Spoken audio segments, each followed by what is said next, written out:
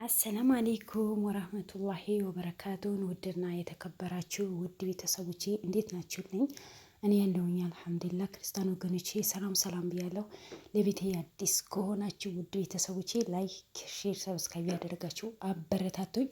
ቪዲዮን እስከ መጨረሻ ሲጀምሩት ደግሞ በላይክ ጀምሩት ውድ ቤተሰቦቼ እባካችሁ። ላይክ ምንም ነገር አይከፈልበትም፣ ምንም የምትጎዱበት ነገር የለም። ስለዚህ ላይክ ብታደርጉኝ ምን ችግር አለው? እስኪ ምን ችግር አለው? እንጠይቃችሁ። ቪዲዮን ታያላችሁ፣ ላይክ ብታደርጉ ምን ችግር አለው? ላይክ ስታደርጉ ቪዲዮ ሼር ይደረጋል፣ ግን ምንም አይከፈልበትም እኮ። ባካችሁ ላይክ አድርጉኝ። ስወዳችሁ አላሳዘናችሁም? እንግዲህ ልመና ትሉታላችሁ። የስራው ይለምናል፣ ያልሰራም ይለምናል። ስለዚህ ላይክ እናድርግ። ቅንነት ለራስ ነው፣ ለማንም አይደለም። ለራስ መልሶ ነው የሚከፍለው ውድ ቤተሰቦቼ። ስለዚህ ቅን እንሆን፣ ጥሩ ነገር እንስራ። አልሙሂም ዛሬ የመጣሁበት ጉዳይ ኒድ እንደምታውቁት ትላንት ሉልን መልእክት አስተላልፎ ነበረ። አንድ ሴትዋ መታ ልጄን ወይም እህቴን ማትለቅልኝ ከሆነ አንተ ከዚህ ሀገር አትወጣም። ዛሬ በነገራችን ላይ ሚኪ በጣም ከባድ የሆነ መልእክት ነው ያስተላለፈው። ምግብ ሳይበሉ ውጭ ምን አይነት እንደሆነ ሳያውቁ ልክ እስር ቤት እንዳለ ሰው ነው ያሉት። በጣም ነው ያሳዘኑኝ። ምን በላው ነገር እንኳን ሳንይዝ ነው የመጣ ነው። ወተን እንኳን አካባቢው ላይ ምግብ እንዳንገዛ ገዝተን እንዳንበላ በጣም በሰዎቹን የተከበብ ነው ያለው። ያ የተከበቡት ደግሞ የአሞቴ ጎሳዎች ናቸው። በጣም ኃይለኛ ሆኖ ሀርድ ሆኖ ነው የመጡት። አትፍተን እንጠፋለን ነው በቃ። እናንተ የሆነ ነገር ከነካችሁ እኛ እናጠፋችኋለን ያሉት። ከባድ የሆነ ውሳኔ ነው የወሰኑት። ሉኑ ሆረ ሚኪ በጣም ፍራቻ ውስጥ ነው ያሉት። ምክንያቱም በአንዳቸው የመጣ ብዙ ዘጋ እነሱ ተከትሎ የሄደ ጀማ ማለቁን እየታወቀ ነው። ተመለሳችሁና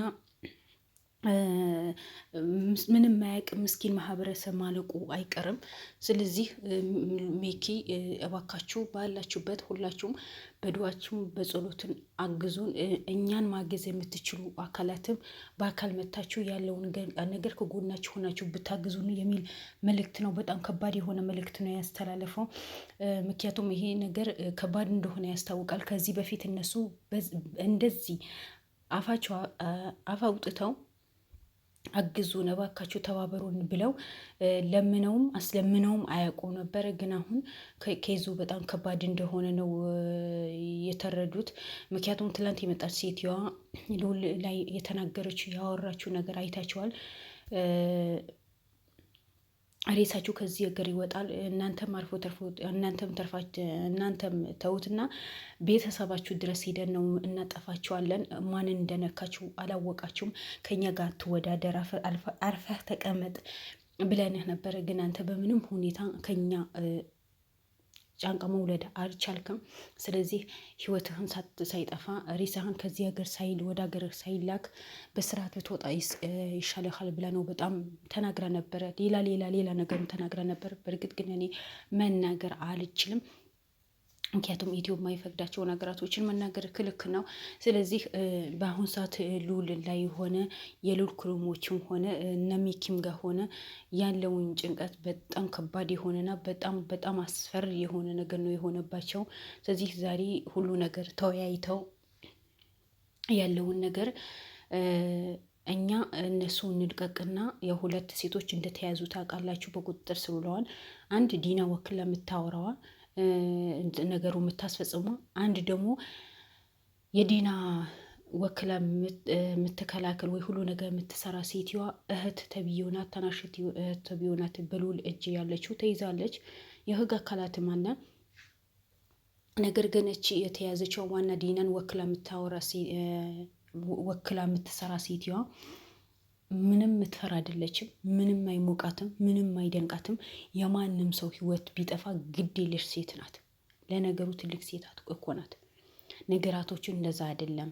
እናንተ ወጣቶች ናችሁ፣ ተረጋጉ። እንደዚህ መሆን የለባችሁ። ነገራቶችን ቀስ ብለን እናስብ። አስበንበት ማስተካከል አለብን። ማንም መጎዳት የለበትም። ልጅ አለ፣ አዛውንቶች አሉ ብላ መምከር ሲገባት እሷ በነገሩ ላይ እሳትና ክብሪት ጭና ነው የሄደችው። እሳትና ክብሪት አድርጎኝ ጋዝና እሳት ጭድ አድርጋ ነው የሄደችው። ማንም የሚፈራችሁ ሰው የለም። አርፋችሁ ብትቀመጡ ይሻላል። ካልሆነ ለእናትህ አስክሬን ላክላት ነው ያለችው፣ ምንም ሳይመስላት ማለት ነው። አሁን ሉል ላይ የቀረበው ድርድር እናንተ እነሱ ልቀቁና እኛ ልጃችሁን ልቀቅላችሁ ነው። ስለዚህ ሉል ደግሞ በምን እንዴት አምነን እነዚህ ሴቶች መልቀቅ አለብን? ምክንያቱም እነሱ ማንም መልቀቅ አይፈልጉም። በመጀመሪያ ደረጃ እነሱ ታርጌታቸው ሉልን ይዞ መቀመጥ ውስጥ መከተት ነው የሚፈልጉት። ሉልን ይዞ እንደ አባቱ ችግር ውስጥ እንዲገባ ነው የሚፈልጉት። ሉልን ለማጥፋት ነው እነሱ ታርጌታቸው። ሉልን አጥፍቶ ሊጠፉ ነው የሚፈልጉት በቃ። ምክንያቱም በእኛ ጎሳ 1 2 3 ሰው ከጠፋ ሌላው በሉል አባት ላይ ያለ ንብረትና ሉልን ለመቀበል የመጣው ንብረት የእኛ ልጆች ይጠቀሙበታል የሚል ሀሳብ ነው እነሱ ላይ ያለው። ገብቷቸዋል። ሉልን መብላት የለበትም፣ ሉልን መቀበል የለበትም። ሉል እሱ ንብረት ፈልጎ አይደለም የሄደው። ዲናን አሳድዶ ዲናን ብዙ ወንጀል ስለሰራች እሱ ለማጥፋት ስለተነሳች ነገራቶቹን ሊፈታ ነገራቶችን ሊያስተካክል ነው የሄደው እንጂ እሱ ንብረት ፍለግ አይደለም። እንኳን እዛ እናንተ በጠንቋይና በባዕድ አምልኮ የምትሰሩት ስራ ተውትና እሱ አባቱ ንብረት እንኳን ጥሎ የወጣ ልጅ ነው። በራሱ ተቋቁሞ በራሱ ጥሩ ደረጃ ላይ ደርሶ ለመኖር የሚጥር ጀግና ልጅ እኮ ነው። አለማወቅ ግን አያችሁት ምን ያክል አስተሳሰባችሁ የወረደ አስተሳሰብ ስለሆነ ከሉል ጋር ለማጓት ሉል ንብረት ለመካፈል መጥተዋል ነው። ሉል የማያውቀው አባቱ እንዴት ነው ንብረት ሊያባቱ የማያውቀው አባቱ ንብረት ሊካፈል ክፍለ ሀገር ድረስ የሚሄደው? አያውቀውም እኮ ጥቁር ይሁን ቀይ ይሁን ምን ይሁን ምንም የሚያውቀው ነገር የለም። አለ አባት አለ ወላጅ አባት ሌላ ነው ተብለዋል እንጂ ሉል ምንም የሚያውቀው ነገር እኮ የለም። ግን እነሱ ገና ለገና ወርቁ እጅ ላይ ያለውን ንብረት ወርቁ ምኑ ሉል እጅ ላይ ይገባል በማለት እነሱ ስራቸውና ትኩረታቸው ሉልን ለማጥፋት ብቻ ነው። ሉል አጠፋችሁት ማለት ህዝብን ሙሉ በሙሉ የኢትዮጵያ ህዝብ እንዳጠፋችሁ ቁጠሩት። ሉል የብዙ ሰው እንባም ያብስ የብዙ እናት የብዙ አባት ችግር የሚፈታ ጀግና ልጅ ነው። ያ ልጅ ደግሞ ማንም ምንም ጫፉ መንካት የለባቸው። ህዝብ ላይ መጫወት ነው። እናንተ ህዝብን ብሎ ከተነሳ እናንተ ማጥፋት አያቅተውም። እናንተ ከማንም አትበልጡ። ነገር ግን ነገራቶቹን ቀስ ብላችሁ ፈታችሁ ብታስተካክሉት ይሻላል። ምንድን ነው ድርድሩ? እንዴት ነው? በምን አይነት ሁኔታ ነው አንተን አጥፍተን ለእናት ምንልክላት? እናቱ እኮ ናት። ለህዝብ ስለቆመ ለስራ ባለ ማንም መጎዳት የለበትም።